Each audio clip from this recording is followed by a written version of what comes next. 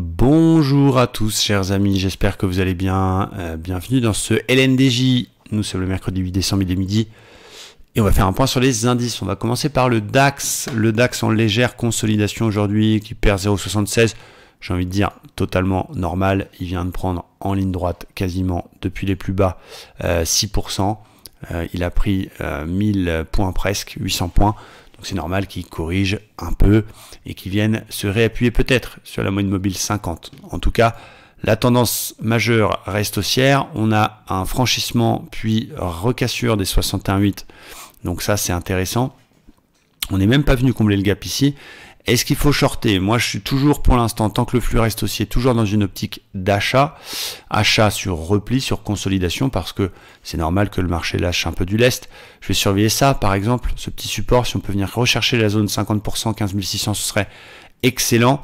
Attendre un signal, donc, dans la méthode, c'est-à-dire une bulle, par exemple, à la fin de la consolidation, comme ce qu'on est en train de faire ce matin. Pour moi, ça reste encore un petit peu juste, mais si on réintègre la BB, il y a peut-être un petit achat qui peut se tenter.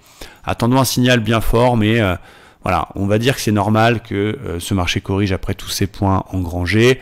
Après 800-900 points de hausse en ligne droite, on en lâche un peu, et donc on continue à payer tant que le flux est acheteur. Je changerai de fusil d'épaule si jamais on pète le support et qu'on casse le flux et la moyenne mobile 51 heures.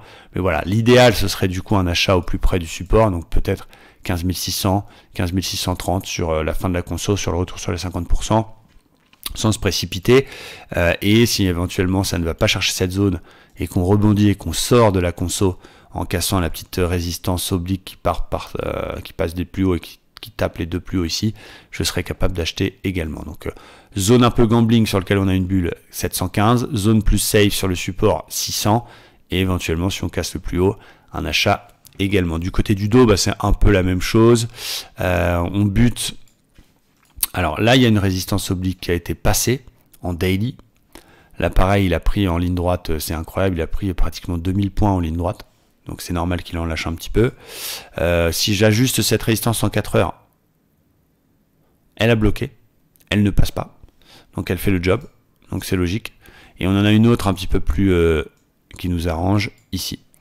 Qu'on pourrait venir pullbacker, trop backer pour être exact, qui donne un bon point d'entrée pour un achat. Il faut savoir qu'on a quand même, si on prend toute la baisse, cassé les 61,8 et qu'on pourrait être tout simplement en train de venir faire un throwback sur le niveau en question. Donc c'est ce que je vais surveiller pour acheter ce marché. Je vais attendre la fin du repli.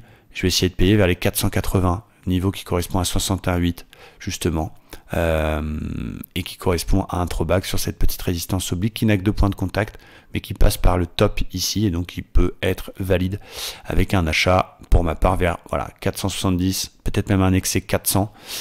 On achète cette tendance, il y a une belle convergence, il y a la moyenne mobile 50, il y a la résistance, il y a les 61,8. On profite d'un repli pour se positionner, ce qui est beaucoup plus intéressant en termes de RR qu'acheter un plus haut cassé. Et donc voilà, je vais surveiller cette zone 450. Encore une fois, on peut se tromper, ça peut arriver. On a fait une super semaine pour l'instant parce qu'on est à 250 points, tout trade cumulé, 2 trades seulement sur le Dow Jones. Ça fait plaisir. Et donc je vais essayer d'être le plus patient possible, le plus méticuleux possible.